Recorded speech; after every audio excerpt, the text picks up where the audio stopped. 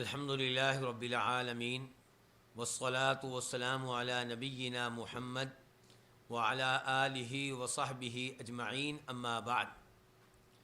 ہم پڑھنے جا رہے ہیں اللہ کے فضل و کرم سے، اللہ کی توفیق سے، قواعد الترجیح عند المفسرین کتاب سے ایک عظیم قاعدہ، یجب حمل نصوص الوحی علی العموم ما لم یرد نص بالتخصیص۔ یاد رہے کہ اس کتاب کی 3 فصلیں ہیں اور ہم پڑھ رہے ہیں تیسری فصل، اور وہ ہے قواعد الترجیح المتعلقۃ بلغت العرب، اور پھر اس تیسری فصل میں کئی مباحث ہیں اور ہم پڑھ رہے ہیں پہلی مبحث قواعد الترجیح المتعلقۃ باستعمال العربی للالفاظ والمبانی، اور اس مبحث کا قاعدہ نمبر 18 ہم پڑھ رہے ہیں کہ یجب حمل نصوص الوحی علی العموم ما لم یرد نص بالتخصیص، کہ نصوص وحی کو نصوص الوحی کو، اب اردو میں ہم وحی کہیں گے تو کام چلے گا، وحی کہنا ذرا اردو میں مشکل ہو جاتا ہے، تو نصوص وحی کو عموم پہ محمول کرنا واجب ہے جب تک کہ تخصیص کی کوئی نص وارد نہ ہو، یعنی کہ جہاں کہیں نصوص وحی میں عام لفظ آئے گا تو ہم اس کو عام پہ ہی محمول کریں گے، عموم پہ ہی محمول کریں گے، اس کی تفسیر وہ کریں گے جو عموم کے مطابق ہے، الا یہ کہ دلیل مل جائے اس کے خاص ہونے کی۔ اگر دلیل نہیں ملتی تو ہر عام کو اس کے عموم پہ ہی محمول کیا جائے گا۔ جی پڑھیں جی۔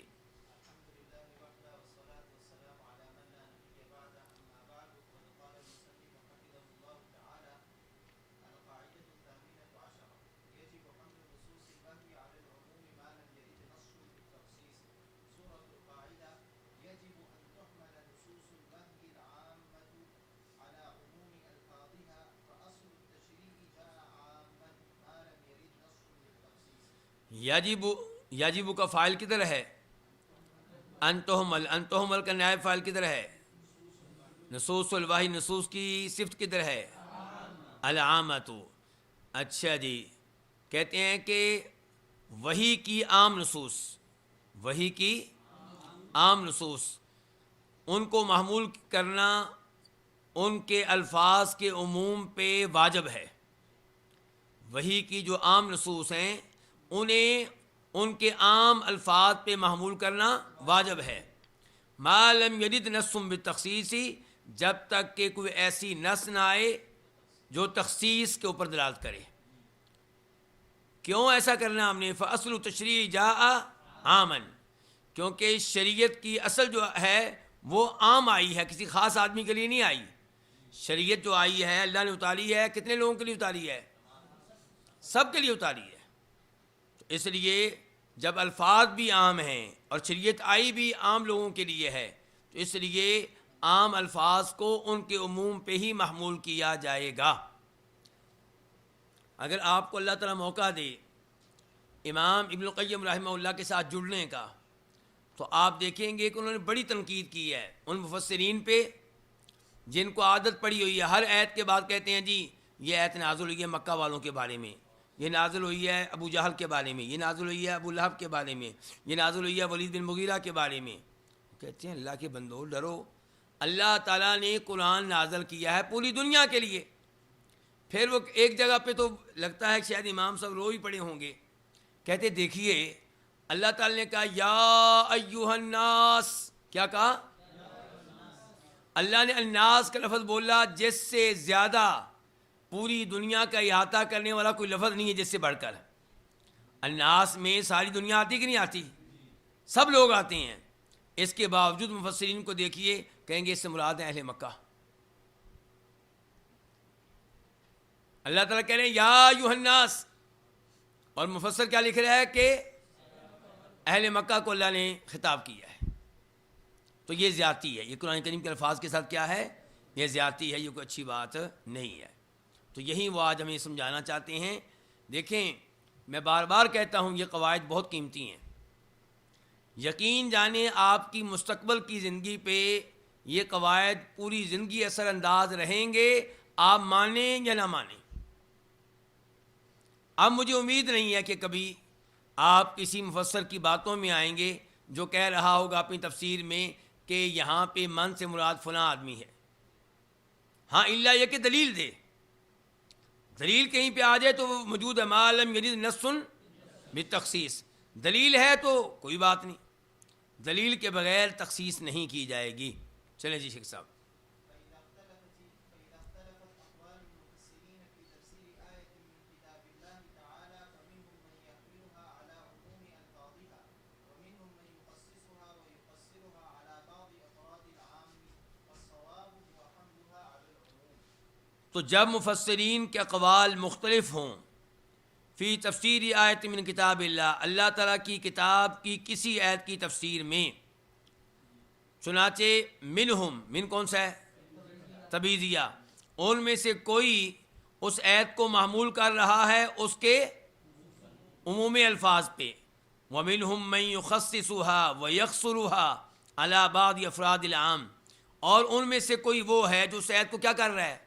اس کی تخصیص کر رہا ہے، ویقصرها، اور اس کو محدود کر رہا ہے عام کے بعض افراد پہ یا ان کے ساتھ، تو فالصواب، تو درست موقف کیا ہوگا؟ ہوا حملها، اس آیت کو محمول کرنا علی العمومی، عموم پہ۔ جی ومتى أمكن حمل الآية على معنى كلي عام شامل يجمع تفسيرات جزئیتاً، جاءت في تفسيرها من قبيل التفسير بالمثال أو بالجزء أو بالثمرة أو بنحو ذلك ولا معارض له وتشهد الأدلة لصحته، فهو أولى بتفسير الآية حملا لها على عموم ألفاظها ولا داعي لتخصيصها بواحد من المعاني الجزئية التي جاءت في التفاسير إلا أن يكون السياق يقتضي تخصيصها حتما أو يقوم الدليل على ذلك۔ اور جب بھی ممکن ہو اس آیت کو محمول کرنا ایسے معنی پہ کلی، جو کیا ہو؟ کلی ہو۔ کلی کی مزید وضاحت کیا ہے؟ عام، شامل، تینوں کا تقریباً معنی ایک ہی ہے۔ یجمعو، یجمعو یہ کیا ہے؟ اس کا کس سے تعلق ہے؟ یجمعو وہ معنی اکٹھا کر رہا ہو تفسیرات جزئیہ، ان تمام جزئی، یا اردو میں کہہ لیں جزوی، ان تمام جزوی تفسیرات کو جات جو آئی ہیں فی تفسیرہا، اس آیت کی تفسیر میں، ولا معارض لہ، جب کہ اس کا کوئی معارض بھی نہ ہو، یعنی کہ کوئی دلیل نہ ہو جو ہمیں روک رہی ہو اس آیت کو اس کے عموم پہ محمول کرنے سے، وتشہد الادلۃ لصحتہ، اور دلائل تائید کر رہے ہوں اس کے صحیح ہونے کی، فہو اولا، تو وہ زیادہ لائق ہے بتفسیر الآیاتی، اس آیت کی تفسیر کے۔ کون سے زیادہ لائق ہے؟ وہ معنی جو عام معنی ہے، حملا لہا، اس آیت کو محمول کرتے ہوئے، علی عموم الفاظہا، اس کے عام الفاظ پہ، اس کے الفاظ کے عموم پہ، ولا داعی لتخصیصہا، اور کوئی ضرورت نہیں ہے اس کو خاص کرنے کی جزوی معنی میں سے کسی ایک کے ساتھ جو آئے ہیں تفاسیر میں، یعنی کہ تفسیر جب آپ کھولیں گے، تفاسیر کھولیں گے، تو ہو سکتا ہے مفسرین نے اس عام لفظ کی تفسیر میں کوئی ایسا معنی لکھا ہو جو جزوی ہو، لیکن آپ نے آیت کو جزوی معنی پہ محمول نہیں کرنا۔ الا ان یکون السیاق یقتضی تخصیصہا، الا یہ کہ سیاق تقاضا کرتا ہو تخصیصہا، اس آیت کو خاص کر دینے کا، حتمی طور پہ تقاضا یہ کرتا ہو، لازمی طور پہ، او یقوم الدلیل علی ذلک، یا اس پہ کوئی دلیل دلالت کرے۔ اچھا وہ کیا رہ گیا تھا پیچھے؟ اچھا، من قبیل تفسیر بالمثال، یہ جزوی تفاسیر جو آئی ہوتی ہیں وہ کون سی ہوتی ہیں؟ وہ بطور تفسیر بالمثال ہوتی ہیں، یا بالجز ہوتی ہیں، یا بالثمرہ، لازمی معنی، نتیجہ جو نکلتا ہے وہ ہوتا ہے، او بنحو ذالک، یا اس قسم کے معنی ہوتے ہیں۔ یعنی کہ مفسرین جو ہوتے ہیں، جن لوگوں نے آپ میں سے مقدمہ پڑھا ہے، کون سا مقدمہ؟ فی اصول تفسیر، وہ اس بات کو جانتے ہیں اور سمجھتے ہیں کہ سلف جو ہیں بہت سی آیات کی تفسیر کرتے ہوئے تفسیر بالمثال والا اسلوب اپناتے ہیں، اور بعد والے آ کے یا تو اسی کو راجع قرار دے دیتے ہیں، یا یہ سمجھتے ہیں کہ سلف نے تفسیر کا حق ادا نہیں کیا، یا یہ سمجھتے ہیں کہ سلف کی تفسیر میں بہت اختلاف ہے، اس لیے ہمیں سلف کی تفسیر کو لینے کی ضرورت ہی نہیں ہے، کیونکہ اگر آپ ان کی تفسیر لیں گے تو کس کو لیں گے، کس کو چھوڑیں گے؟ جبکہ حقیقت میں اختلاف یہی ہوتا ہے کہ تفسیر بالمثال یا تفسیر بالجز سلف بیان کر رہے ہوتے ہیں۔ چلیں جی، بيان ألفاظ القاعدة قولي على العموم ما لم يرد نص یہ لگتا ہے آپ لوگوں کو سمجھ نہیں آئی میرے خیال میں یہ تفسیر بالمثال یا بالجزء کی۔ مثال کے طور پہ اللہ تعالیٰ کہتے ہیں ثم لتسألن یومئذ عن النعیم، اس دن تم سے سوال کیا جائے گا کس کے بارے میں؟ نعمتوں کے بارے میں۔ اب شیخ عبدالصمد کی تفسیر کھولیں گے تو اس میں لکھا ہوگا اس سے مراد ہے نیک صالح بیوی۔ اچھا، شیخ عباس کی تفسیر کھولیں گے تو ان کی چونکہ اب یہ کہنا بھی مناسب نہیں جو میں کہنے لگا ہوں، لیکن چلیں برداشت کر لیں، ان کی اولاد چونکہ 1-2 سال لیٹ ہوئی شادی کے بعد، اولاد کو ترس رہے تھے، تو جب ان کو بیٹا ملا تو کہتے ہیں یہاں نعیم سے مراد کیا ہے؟ بیٹا۔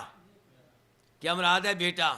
آگے ہمارے شیخ مفسر بیٹھے ہوئے نواز صاحب، ان کا مسئلہ کیا تھا؟ ان کو شہر میں کوئی رہائش نہیں مل رہی تھی، تو انہوں نے کہا جی نعمت سے مراد ہے اپنا گھر، کیونکہ کرائے کے مکان پہ رہنا آسان نہیں ہے، جو نعمت جس کے بارے میں سوال ہونا ہے وہ کون سی ہے؟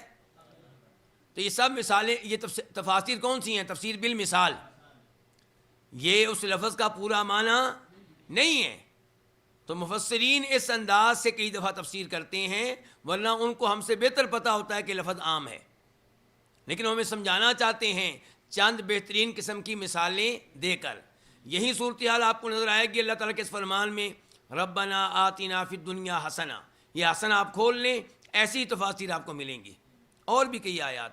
چلیں جی ایک سب جی، قولي على العموم ما لم يرد نص للتخصيص العام هو اللفظ المستغرق لجميع ما يسلم له بحسب وضع واحد رک جائیں، دیکھیں جی، کہتے ہیں کہ قاعدے کے الفاظ میں نے یہ کہا تھا کہ یجب حمل نصوص الوحی علی العموم ما لم يرد نص بالتخصیص، تو اب عام کس کو کہتے ہیں؟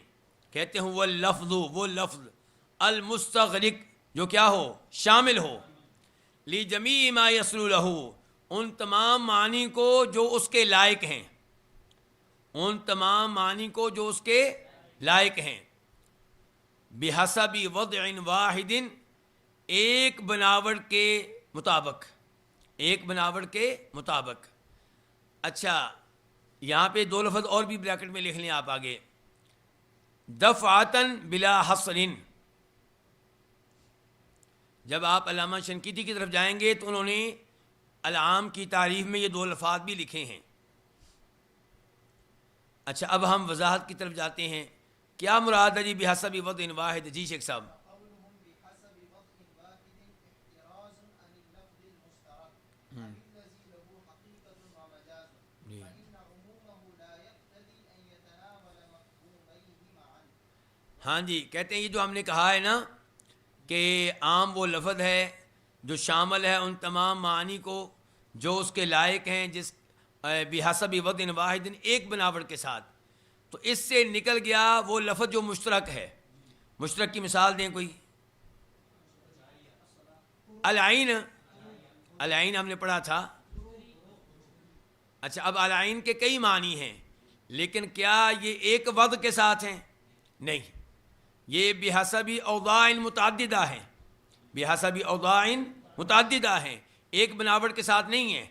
یعنی کہ اس لفظ کو ایک قبیلے نے ایک معنی میں استعمال کیا، دوسرے قبیلے نے دوسرے معنی میں استعمال کیا، سارے اس کے معنی بنتے گئے، یا ایک ہی قبیلے نے کبھی اس معنی میں استعمال کیا پھر کبھی انہوں نے دوسرے معنی میں استعمال کیا۔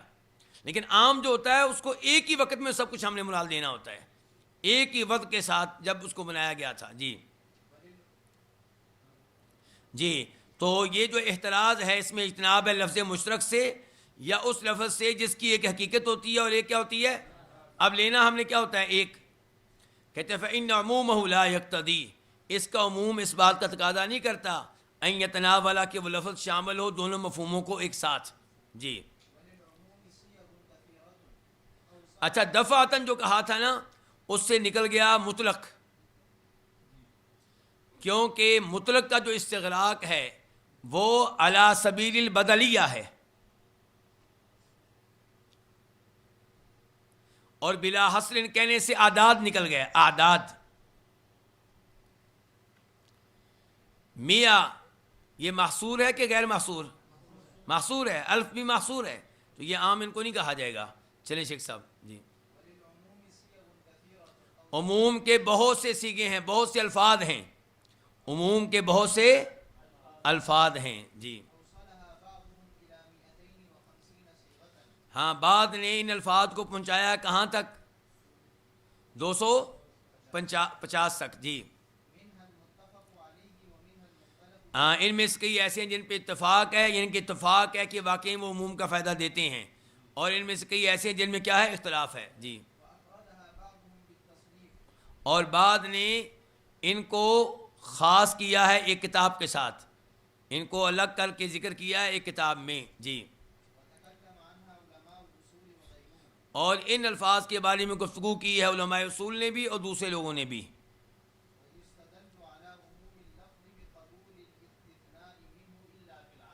اچھا، کیسے پتہ چلے گا کہ یہ لفظ عموم پہ دلالت کرتا ہے؟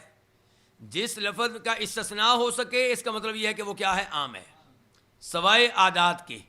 عادات ان کو آپ عموم میں شامل نہیں کریں گے، اگرچہ یہ بھی استثناء کو قبول کرتے ہیں جی. وَيُسْتَدَلُّ استدلال کیا جائے گا علی عموم اللفظی، کسی بھی لفظ کے عموم پہ بقبول الاستثناء منہ، اس کی طرف سے استثناء کے قبول کر لینے کے ساتھ جی. اور ان الفاظ میں سے کون سے الفاظ میں سے شیخ جنید؟ ہاں جی، وہ الفاظ جو عموم پہ دلالت کرتے ہیں. ان الفاظ میں سے پہلا کیا ہے؟ کل. وہی اعمھا، اور یہ ان میں سے سب سے آگے ہے عموم میں، اس کا عموم سب سے زیادہ شامل ہے جی. جی، کیا معنی ہے اس کا جی؟ ہر نفس کیا ہے؟ گروی رکھا ہوا ہے ان اعمال کے بدلے میں جو اس نے کمائے جی. نمبر 2 لکھے نا، من کے اوپر نمبر 2 ہو گیا یہ. اور یہ موصولہ بھی ہوتا ہے، استفہامیہ بھی ہوتا ہے، شرطیہ بھی ہوتا ہے، اور عموم کا فائدہ دیتا ہے جی.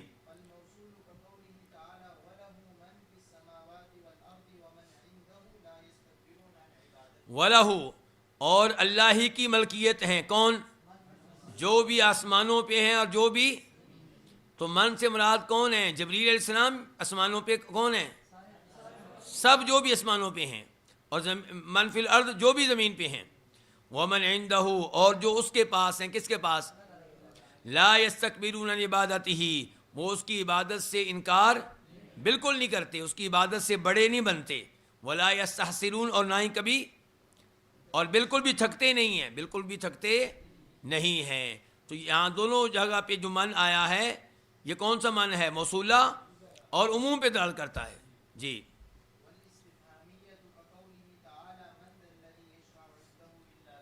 کون ہے جو اس کے ہاں شفاعت کر سکے؟ الا باذنہ، مگر اس کی اجازت کے ساتھ. دیکھا نا، یہاں من کے بعد کیا آ گیا ہے؟ الا اسی لیے آیا کہ من عموم پہ دلالت کرتا ہے. تو بہرحال یہاں پہ من جو ہے استفہامیہ ہے، عموم پہ کوئی بھی نہیں ہے جو اللہ کی اجازت کے بغیر شفاعت کر سکے. کوئی بھی نہیں ہے، کوئی بھی، نہ ہمارے نبی نہ کوئی پرانی نبی، کوئی بھی نہیں ہے جو اللہ کی اجازت کے بغیر شفاعت کر سکے. یہ جرت کسی میں بھی نہیں ہے. چلیں جی.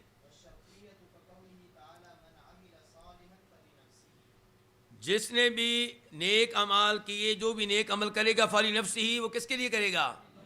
اپنے لیے کرے گا. تو یہ من شرطیہ ہے جی. اچھا، ایک لفظ، کتنے لفظ انہوں نے بیان کیے ہیں فی الحال؟ دو الفاظ ایسے بیان کیے جن کی مثالیں بھی دے دیں، اور باقی انہوں نے بس ایسے ہی ذکر کر دیے ہیں. چلیں جی. نا 3 ہو گیا.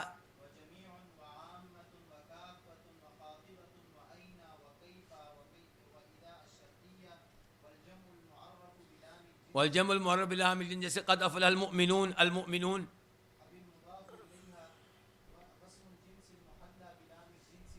جی.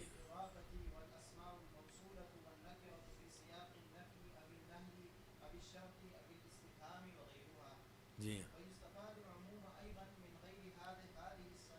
اور امام جو ہے عموم جو ہے یہ حاصل ہوتا ہے، وہ استفاد العموم، اور عموم حاصل ہوتا ہے، حاصل کیا جاتا ہے ان الفاظ کے غیر سے بھی. جی من غير هذه الصيغ فلا يؤخذ من اللفظ بل يؤخذ من لیکن وہ والا جو عموم ہے وہ الفاظ سے ماخوذ نہیں ہوتا بلکہ وہ معنی سے ہی ماخوذ ہوتا ہے. جی وهذا هو ما يسمى بالعموم المعنوي وهو انواع اور اس کا نام کیا ہوتا ہے؟ عموم معنوی. جی منها عموم المفهوم مطلقا ہاں جی سواء أكان مفهوم موافقة أو مخالفة ہاں جی مفہوم کا عموم مطلق طور پہ، چاہے وہ مفہوم موافقہ ہو چاہے مفہوم مخالفہ ہو. جی كعموم مفهوم الموافقة بقول الله تعالى فلا تقل لهما أف فهو نهي عما هو مثل التأخر أو أعلى منه من الأذى في حق الوالدين. اب دیکھیں نا، یہاں پہ مفہوم موافقہ کا عموم دیکھیں. اللہ تعالیٰ نے کہا تھا کہ والدین سے اف کہنے کی اجازت نہیں ہے، اور ہم اس سے عموم مراد دے رہے ہیں. کیا مطلب؟ نہ اف کہنے کی اجازت ہے، نہ اف کے برابر کو اور لفظ کہنے کی اجازت ہے، اور نہ وہ لفظ جو اس سے بھی اعلیٰ ہو تکلیف دینے میں، اس سے بھی اوپر ہو تکلیف دینے میں والدین کو، وہ بھی کہنے کی اجازت نہیں ہے. تو یہ معنوی عموم ہوا. جی ومنها خطاب الله تعالى للنبي صلى الله عليه وسلم فهو يعم الأمة على الصحيح. اور دوسرے نمبر پہ عموم معنوی میں سے اللہ کا خطاب نبی علیہ الصلوۃ والسلام سے، تو وہ صحیح بات یہ ہے کہ پوری امت کو شامل ہے. صحیح بات کیا ہے؟ کہ پوری وہ خطاب امت کو شامل ہے، علی صحیح، صحیح قول کے مطابق.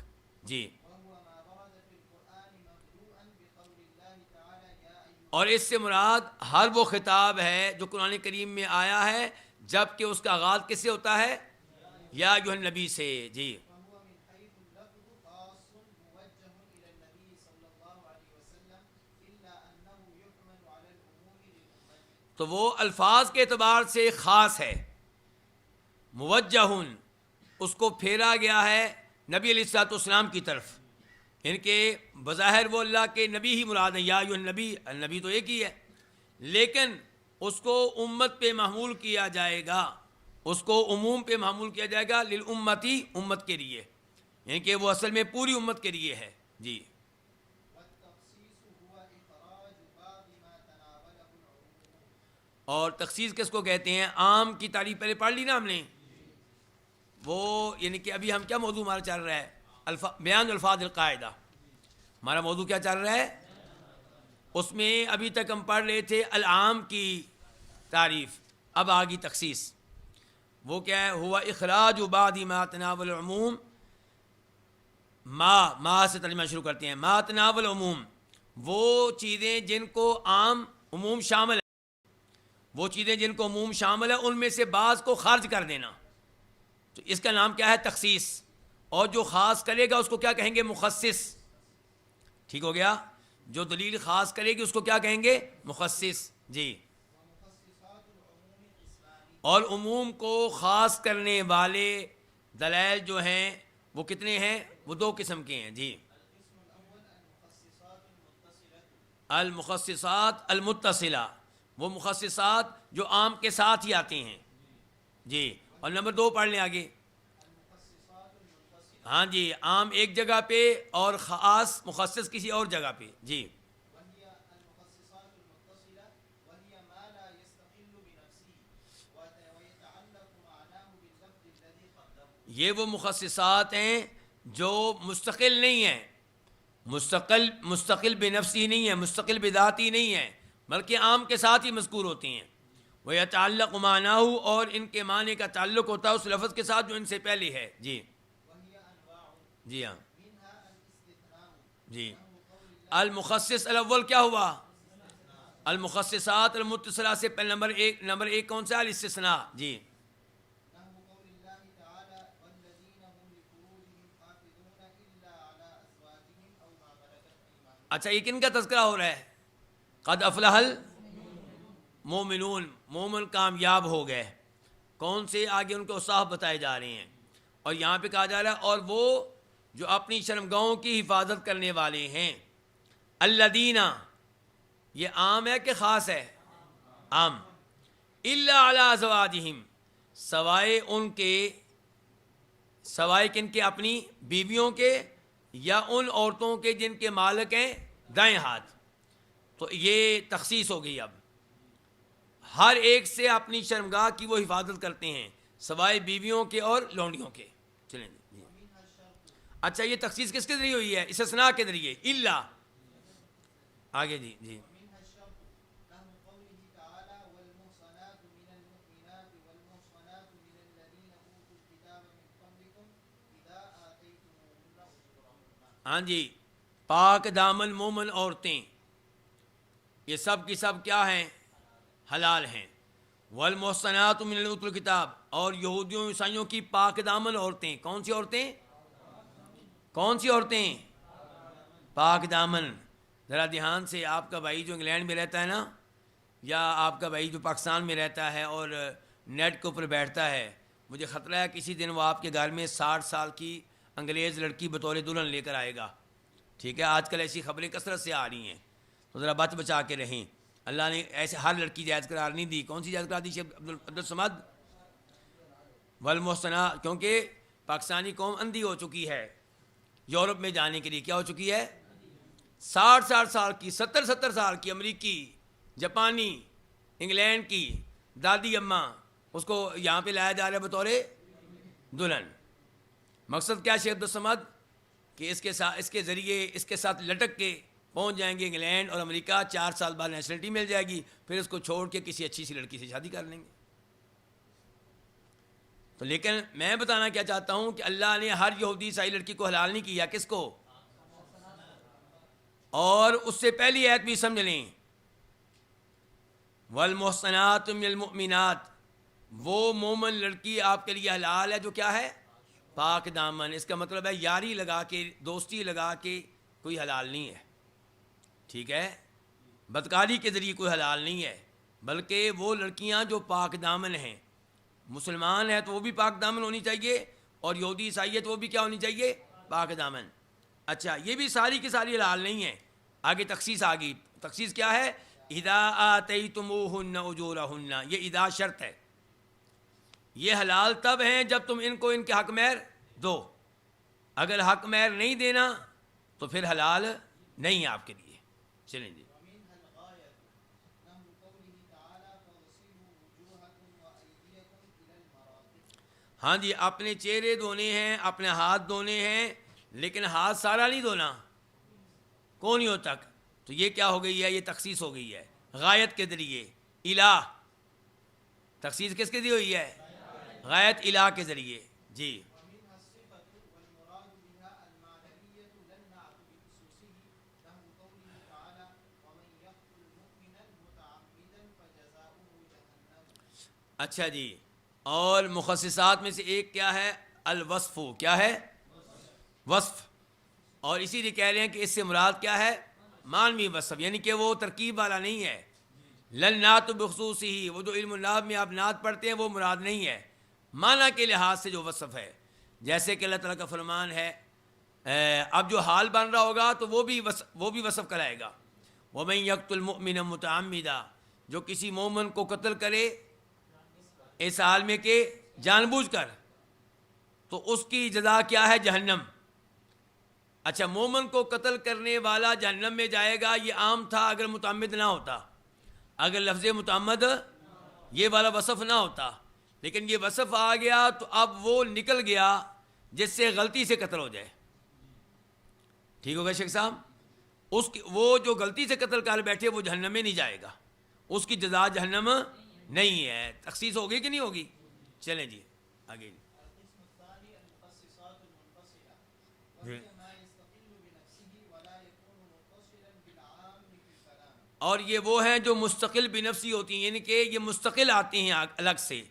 یہ مخصصات مستقل آتے ہیں اور یہ اس عام کے ساتھ متصل نہیں ہوتے جو کلام میں ہوتا ہے. جی. وتشمل دليل العقل ودليل الحس والدليل النقلي والإجماع. مخصصات منفصلہ جو ہیں یہ شامل ہیں عقلی دلیل کو، حسی دلیل کو، اور نقلی دلیل کو، اور اجماع کو. جی. نحو قوله تعالى الله خالق كل شيء وهو على كل شيء وكيل فإنا نعلم بالضرورة أنه ليس خالقا لنفسه تعالى وتقدس أن يكون مخلوقا. اچھا، یہ کہنا یہ چاہتے ہیں، ویسے تو یہ تکلف ہی کیا کرتے ہیں لیکن چلیں، اللہ شیء ہے کہ نہیں ہے؟ کیا دلیل ہے؟ قل ای شیء، کون سی چیز سب سے بڑی ہے شہادت دینے کے لحاظ سے؟ جواب کیا آیا؟ قل اللہ۔ اس کا مطلب اللہ بھی شیء ہے، اللہ کیا ہے؟ شیء ہے۔ تو جب آیا اللہ خالق کل شیء، اللہ ہر چیز کا خالق ہے، تو ہو سکتا ہے کوئی آدمی کہے کہ نعوذ باللہ اللہ اپنی ذات کا بھی خالق ہے، کیونکہ اللہ نے کہہ دیا اللہ خالق کل شیء، اور کل عموم کے لیے ہے نا شیخ صاحب؟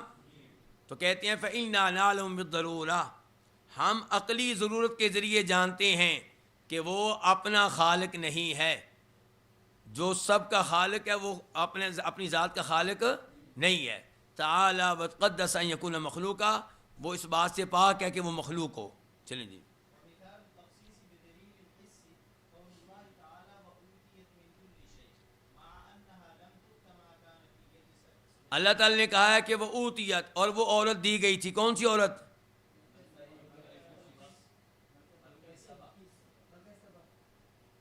بلقیس۔ ترجمہ مجھ سے پڑھا پھر بھی بلقیس کہہ رہے ہیں، اللہ ان کو ہدایت دے۔ میں یہی دیکھنا چاہ رہا تھا کہ مجھ سے ترجمہ پڑھنے والے کیا کہتے ہیں، جبکہ ان کو سمجھایا بھی تھا کہ اس کا نام ہمیں کہیں نہیں ملا، ملکہ سبا کہنا چاہیے۔ تو ملکہ سبا اوتیت، اسے دی گئی تھی، من کل شیء، ہر چیز میں سے کچھ نہ کچھ اسے دیا گیا تھا۔ اچھا جی، کہتے ہیں جب کہ انہا، باوجود اس کے کہ وہ عورت جو تھی لم تو ہوتا، اس کو وہ چیزیں نہیں دی گئی تھی جو سلیمان علیہ السلام کے کنٹرول میں تھی، ان کے ہاتھ میں تھیں وہ چیزیں اس عورت کو۔ پھر بھی قرآن نے کہا وہ اوتیت من کل شیء، تو مراد کیا ہے اس سے؟ یعنی کہ ہر وہ چیز جو کسی بادشاہ کے پاس ہو سکتی ہے اس زمانے میں، وہ اس کے پاس تھی۔ چلیں جی، ومثال تخصيص القرآن بالقرآن قول الله تعالى والمطلقات يتربصن بأنفسهن ثلاثة قروء، خصص من هذا العموم الحامل الحامل نمبر 1 جی، قول الله تعالى وأولاة الأحمال أجلهن أن يضعن حملهن والمطلقة غير المدخول یہ نمبر 2 ہوگی جی۔ قول الله تعالى يا أيها الذين آمنوا إذا نكحتم المؤمنات ثم طلقتموهن من قبل أن تمسوهن فما لكم عليهن من عدة تعتدونها۔ قرآن کو قرآن کے ساتھ خاص کرنے کی مثال کیا ہے اللہ کا یہ فرمان کہ والمطلقات، یہ عام ہے، والمطلقات یہ لفظ کیا ہے؟ عام ہے۔ اور وہ عورتیں جن کو طلاق دی جا چکی ہو وہ انتظار کریں اپنے ساتھ کتنا عرصہ؟ 3 حیض کہہ لیں آپ۔ خصص من ھذا العمومی، اس عموم سے خاص کر دیا گیا کس کو؟ حامل کو، حاملہ عورت کو، اللہ کے اس فرمان کے ساتھ خاص کیا گیا ہے۔ یہ تخصیص القرآن بالقرآن۔ وَأُولَاتُ الْأَحْمَالِ، حمل والی جو عورتیں ہیں ان کی مدت کیا ہے؟ وضع حمل۔ ٹھیک ہو گیا۔ اب اس دوسری آیت نے پہلی آیت کے عموم کی تخصیص کی کہ نہیں کی؟ آگے والمطلقۃ غیر، اور وہ جس کو طلاق دی گئی ہے جبکہ اس کے ساتھ دخول نہیں ہوا، تو وہ بھی اس عام سے نکل گئی اللہ کے فرمان کے ساتھ کہ یا ایھا الذین آمنوا، اے ایمان والو، جب تم مومن عورتوں سے نکاح کرو پھر تم ان کو طلاق دے دو من قبل ان تمسوہن، پہلے اس کے کہ تم ان سے جماع کرو، تو فما لکم، تو نہیں ہے تمہارے لیے ان کے ذمے کسی قسم کی کوئی عدت جس کو تم شمار کرو۔ تو اللہ نے کہہ دیا یہاں پہ کہ وہ عورتیں جن کو طلاق ہو جائے جماعت سے پہلے ان کے ذمے کوئی عدت، تو پچھلے والمطلقات سے یہ 2 عورتیں نکل گئیں، تخصیص ہوگی نا قرآن کی تخصیص قرآن کے ذریعے۔ چلے جی آگے۔ مثال تخصيص القرآن بالسنة قول الله تعالى والسارق والسارقة فاقطعوا أيديهما، خص من هذا العموم سرقة ما هو دون النصاب بقول النبي صلى الله عليه وسلم لا تقطع اليد إلا في ربع دينار فصاعدا۔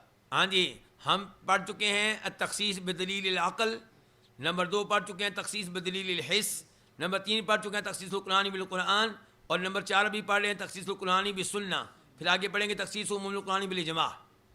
اچھا، قرآن کی تخصیص سنت کے ذریعے اللہ کا فرمان ہے والسارق، اور جو بھی چوری کرنے والا مرد ہو، یہ عام ہے لفظ، والسارقۃ، اور جو بھی چوری کرنے والی عورت ہو۔ اچھا جی، فاقطعوا ایدیہما، ان کے ہاتھوں کو، تو اس عموم سے خاص کر دیا گیا ہے چوری کرنا اس مال کو جو نصاب سے کم ہے، اور نصاب کتنا ہے جی؟ وہ آگے حدیث میں ہی آ گیا، بقول النبی صلی اللہ علیہ وسلم لا تقطع الید الا فی ربع دینار فصاعدا، ہاتھ کاٹا جائے گا دینار کے چوتھائی حصے میں یا اس سے زیادہ میں، یعنی کہ اس مال میں جس کی قیمت دینار کی چوتھائی ہو یا اس سے زیادہ. اور دینار کی چوتھائی کتنے گرام ہوتا ہے سونا؟ ایک دینار کتنا ہوتا ہے؟ 4.25 گرام. کتنا؟ 4.25 گرام. اور اب ربع دینار کتنا ہوا؟ 1 گرام سے کچھ زیادہ. جی کچھ زیادہ. چلیں جی. اور آج کل 1 گرام کی قیمت کتنی ہے تقریباً؟ 20-25 ہزار کہہ لیں آپ. چلیں آپ احتیاطاً 30 کہہ لیں، یعنی کہ 30 سے اوپر جو چوری کرے گا اس کا ہاتھ کاٹا جائے گا. 30 سے نیچے ہر ایک کو چوری کرنے کی اجازت ہے. گناہ ملے گا لیکن ویسے اجازت ہے. ہاتھ نہیں کاٹا جائے گا. باقی جج اس کو جیل میں بھیجے گا، کوڑے مارے گا، مالی جرمانہ کرے گا، گدے پہ بٹھا کے شہر میں پھرا سکتا ہے، جو چاہے کر سکتا ہے، لیکن ہاتھ نہیں کاٹا جائے گا. چلیں جی.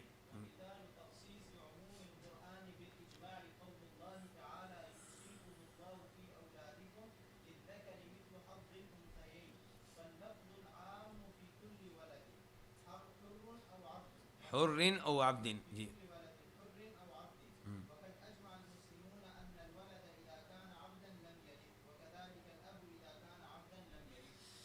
چلیں جی. عموم قرآن کی تخصیص جماع کے ذریعے اللہ تعالیٰ فرماتے ہیں یوصیکم اللہ فی اولادکم، اللہ تمہیں وصیت کرتا ہے تمہاری اولاد کے بارے میں، تمہیں حکم دیتا ہے تمہاری اولاد کے بارے میں. کیا حکم دیتا ہے؟ کہ للذکر مثل حظ الانثیین، کہ مذکر کے لیے 2 مؤنث کے حصے کے برابر ہے جتنا ہے. تو لفظ عام کدھر؟ لفظ عام اولادکم یہ عام ہے، ٹھیک ہے. تو لفظ عام جو ہے یہ ہر بچے کے بارے میں ہے، حر او آزاد ہو یا غلام ہو. اس لحاظ سے غلام کو بھی وارث بننا چاہیے. لیکن مسلمانوں کا اجماع ہے کہ ان الولد، کہ بچہ اذا کان عبدن، جب غلام ہوگا تو لم یرث، وہ وارث نہیں بنے گا. اس اجماع کے پیچھے کیا ہے؟ یہ اجماع ایسے ہی ہو گیا بیٹھے بٹھائے؟ کیوں انس، کیا ہے اس کے پیچھے؟ کون بتائے گا؟ سرکار اس کے پیچھے یہ اصول ہے کہ اگر آپ اس کو مال دیتے ہیں تو مال تو چلا جائے گا اس کے مالک کے پاس، اس کا مال رہے گا ہی نہیں. غلام کا سارا مال کس کا ہوتا ہے؟ اس کے مالک کا ہوتا ہے. تو وہ تو وارث کیا بنے گا؟ مال تو ادھر چلا گیا. تو اس لیے اس کو وارث نہیں بنایا جائے گا. آگے وَكَذَلِكَ الْأَبُ إِذَا كَانَ عَبْدًا لَمْ يَرِثْ. چلیں جی. جی شیخ نواز کیا ہوا؟ اچھا چلیں جی.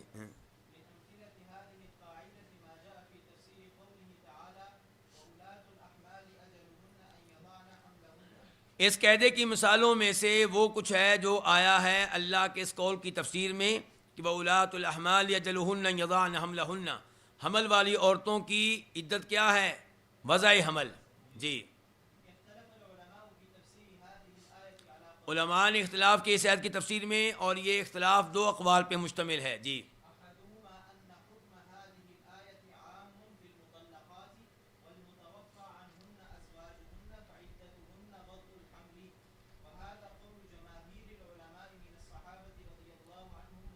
پہلا قول کہ اس آیت کا حکم یہ ہے کہ یہ عام ہے. کن کے بارے میں؟ مطلقات کے بارے میں بھی، اور ان عورتوں کے بارے میں بھی جن کے شوہر فوت ہو چکے ہیں. جو بھی حمل والی عورت ہے اس کی عدت یہی ہے، چاہے اسے طلاق ہو چکی ہو، چاہے اس کا شوہر فوت ہوا ہو.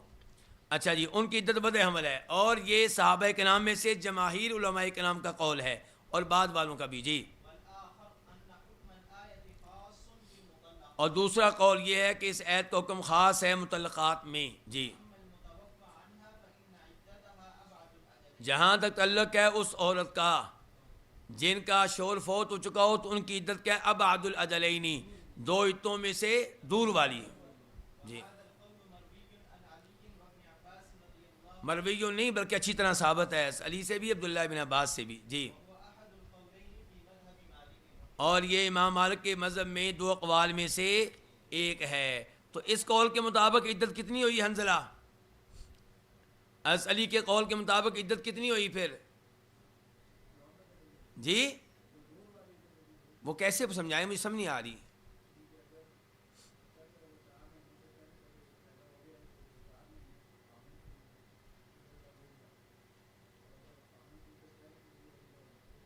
خامد کی عدت پہلے پوری ہوئی.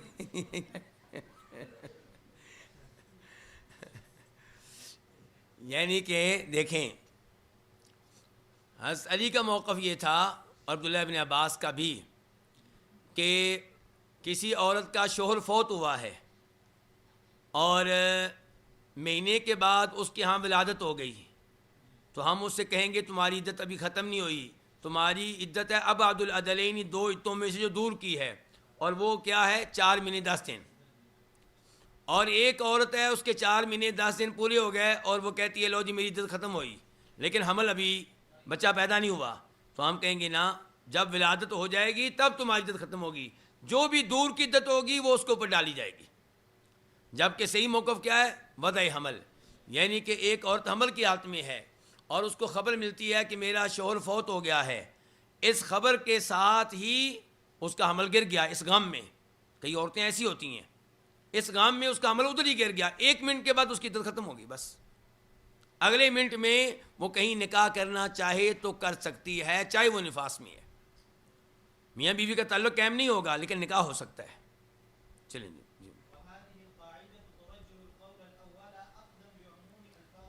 اور یہ قاعدہ پہلے قول کو راجح قرار دیتا ہے اس آیت کے الفاظ کے عموم کو لیتے ہوئے. جی اور ہمارے پاس کوئی ایسی دلیل نہیں ہے جو اس آیت کے الفاظ کے عموم کو خاص کرنے کا سبب بنے. جی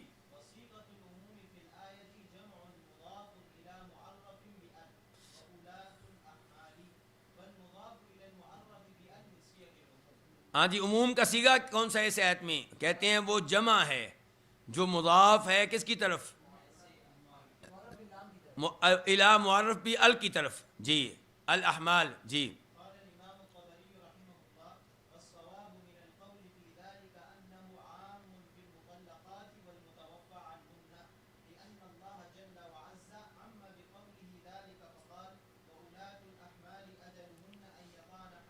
امام طبری فرماتے ہیں والصواب من القول فی ذلک، اس بارے میں آنے والے اقوال میں سے درست قول کون سا ہے کہ انہ عام، کہ یہ عام ہے ان مطلقات، یہ عام ہے تمام مطلقات میں، والمتوفی عنہن، اور ان میں بھی جن کے شوہر فوت ہو چکے ہوں، ہر قسم کی حاملہ عورتوں کو یہ شامل ہے، کیونکہ اللہ تعالیٰ نے اپنے قول کے ساتھ اس کو عام رکھا ہے. فقال وَأُولَاتُ الْأَحْمَالِ أَجَلُهُنَّ أَن يَضَعْنَ حَمْلَهُنَّ، جو بھی حمل والی عورتیں ہیں ان کی مدت کیا ہے؟ وضع حمل. جی وَلَمْ يَخْصُصْ بِذَلِكَ الْخَبَرَ عَنْ مُطَلَّقَةٍ دُونَ مُتَوَفًّى عَنْهَا، اور خاص نہیں کیا اس کے ساتھ مطلقہ کے بارے میں خبر کو متوفی عنہا کو چھوڑ کر، ایسا نہیں کیا اللہ نے. جی بلکہ اللہ تعالیٰ نے خبر کو عام رکھا ہے اس کے ساتھ تمام حمل والی عورتوں کے بارے میں. جی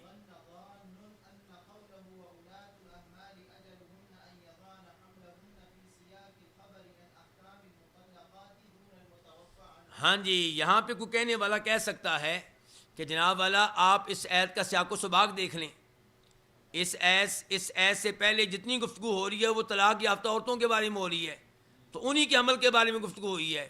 تو امام طبری اس اعتراض کا تذکرہ کر رہے ہیں کہ ان ظن ظان، اگر کوئی گمان کرنے والا یہ گمان کرے کہ اللہ کا فرمان وَأُولَاتُ الْأَحْمَالِ فِي سِيَاقِ الْخَبَرِ عَنْ أَحْكَامِ الْمُطَلَّقَاتِ، یہ مطلقات کے احکام کے بارے میں جو خبر دی جا رہی ہے اس کے سیاق میں ہے، دون المتوفی عنہن، متوفی عنہن کے سیاق میں نہیں ہے. جی فَهُوَ بِالْخَبَرِ. جی تو یہ متعلقہ کے حکم کے بارے میں خبر دینے کے زیادہ لائق ہے، بالخبری اولا کے متعلق ہے، دھیان سے، یہ امام طبری ہیں، دھیان سے، ٹھیک ہے. بالخبری کس کے متعلق ہے؟ اور بعد میں جو اولا آ رہا ہے کہتے ہیں فہو مبتدا ہو جائے گا، اولا جو ہے خبر ہو جائے گی. تو کہتے ہیں کہ یہ جو ہے متعلقہ کے حکم کے بارے میں خبر دینے کے زیادہ لائق ہے، بالخبر عنہن، ان کے بارے میں خبر دینے کے مقابلے میں. کئی نسخوں میں یہاں پہ ہے عن الخبری اور من الخبر عنہن، کیا ہے؟ من الخبر عنہن، پھر عبارت بالکل ٹھیک ہو جائے گی. چلیں جی. وعن المتوفى عنهن فإن الأمر بخلاف ما ظن. ہاں فإن یہاں سے وہ پرانے ان کا جواب ہے، اعتراض کا جواب ہے. فإن الأمر سے سمجھ رہے ہیں نا، فإن الأمر سے ان کا جواب ہے ان والے اعتراض کا. تو کہتے ہیں ہم کہیں گے فإن الأمر معاملہ برخلاف ہے اس کے جو اس نے گمان کیا. جی. وذالک ان ذالک، وذلك أن ذلك وإن كان في سياق الخبر عن أحكام المطلقات. اور یہ اس لیے کہ بے شک یہ اگرچہ مطلقات کے احکام کے بارے میں خبر کے سیاق و سباق میں ہے. جی. سیاق وہی ہے، لیکن یہ جو آیت ہے فإنہ، اللہ کا یہ فرمان، فإنہ اللہ کا کون سا فرمان؟ ہاں یہ منقطع ہے مطلقات کے احکام کے بارے میں خبر سے، ان کے اس کا اس سے کوئی تعلق نہیں ہے. جی.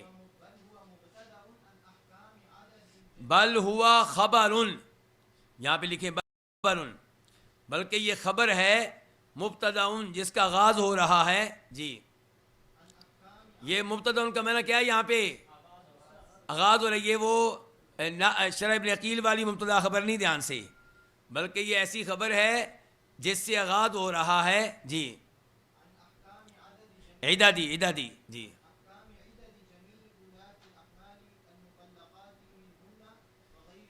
بلکہ یہ ایسی خبر ہے جس سے آغاز ہو رہا ہے تمام حمل والی عورتوں کی عدتوں کے احکام کے بارے میں، ان میں سے مطلقات ہوں یا غیر مطلقات ہوں. جی. اور کوئی دلالت نہیں ہے، کوئی دلیل نہیں ہے اس بات پہ کہ اس سے مراد کچھ حاملہ عورتیں ہیں اور کچھ نہیں ہیں. من خبر، من بیانیہ ہے، کس کا بیان؟ دلالہ کا بیان. احسنتا، یعنی کہ کوئی دلیل نہیں ہے، نہ کسی حدیث سے، خبر سے، قرآن و حدیث سے، ولا عقل، نہ عقل سے. جی. تو یہ فہو سے کیا مراد ہے؟ قول تعالی. تو یہ جو آپ نے عموم پہ رہے گا لما بینا، اس کی وجہ سے جو ہم بیان کر چکے ہیں. جی.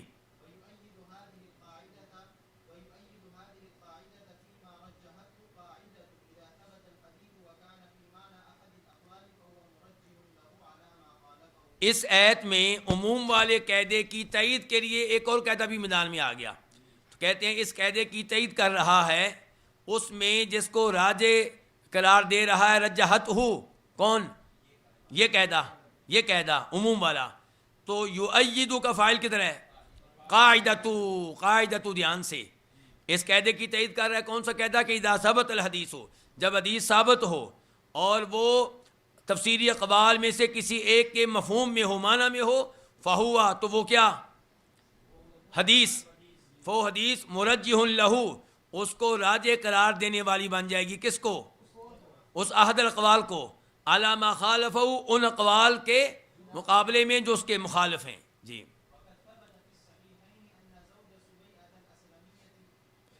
اور صحیحین میں ثابت ہے کہ سبیہ اسلمیہ کا خامند قتل ہو گیا. کون بتائے گا اس کے خامند کا نام؟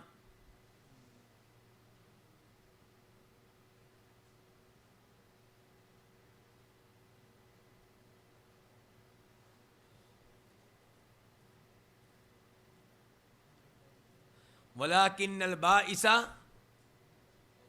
سعد بن خولہ. یہ حدیث ہم نے آج کل پڑھی ہے شیخ صاحب. چلیں سعد بن خولہ. چلیں جی. جو مہاجر ہونے کے باوجود مکہ میں فوت ہوا تو آپ نے افسوس کا اظہار کیا تھا. جی. ہاں تو اس نے خامد کے فوت ہونے کے 40 راتوں کے بعد بچہ جنم دے دیا. جی. تو اس کو پیغام نکاح بھیجا گیا، تو اللہ کے رسول نے اس کو نکاح کرنے کی اجازت دے دی. اور یہ حدیث جو ہے یہ کیا ہے؟ فصل الخطابی، یہ فیصلہ کن ہے یہاں پہ جھگڑے والے مقام پہ. اچھا جی، ایک مثال اور لکھ لیں بس، دو لائنوں میں. مثال نمبر 2، وَأَلَّيْسَ لِلْإِنسَانِ إِلَّا مَا سَعَىٰ.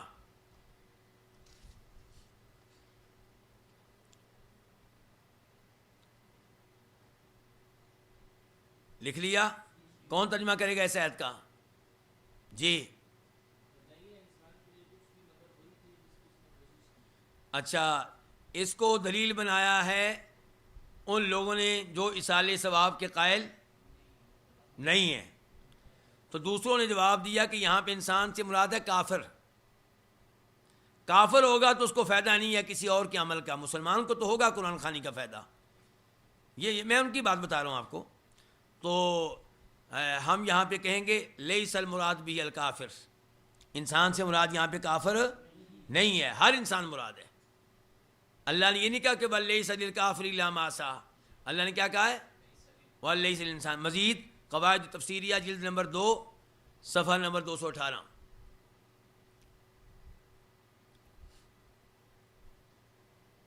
دو مثالیں ہوگی، تیسری مثال اور آخری. وَلِمَنْ خَافَ مَقَامَ رَبِّهِ جَنَّتَانِ فَبِأَيِّ آلَاءِ رَبِّكُمَا تُكَذِّبَانِ. کون ترجمہ کرے گا اس آیت کا؟ دو باغ ہیں اس کے لیے. یہاں پہ عموم کی طرح من جو بھی ہو، جو بھی اپنے رب سے ڈر جائے. تو آپ لکھیں کہ المحسنین من الجن، المحسنین من الجن یدخلون الجنہ، المحسنون من الجن یدخلون الجنہ، جنوں میں سے جو نیکوکار ہیں جنت میں جائیں گے. دلیل یہ آیت وَلِمَنْ خَافَ مَقَامَ رَبِّهِ. اور میں نے ساتھ اگلی آیت بھی پڑھی ہے. کیوں؟ فَبِأَيِّ آلَاءِ رَبِّكُمَا. اچھا لکھیں القواعد تفسیریہ جلد نمبر 2 صفحہ نمبر 222. وصلی اللہ تعالی علی نبینا محمد وعلی آلہ وصحبہ اجمعین. صفحہ نمبر 222 ٹھیک ہو گیا؟ صفحہ نمبر 218.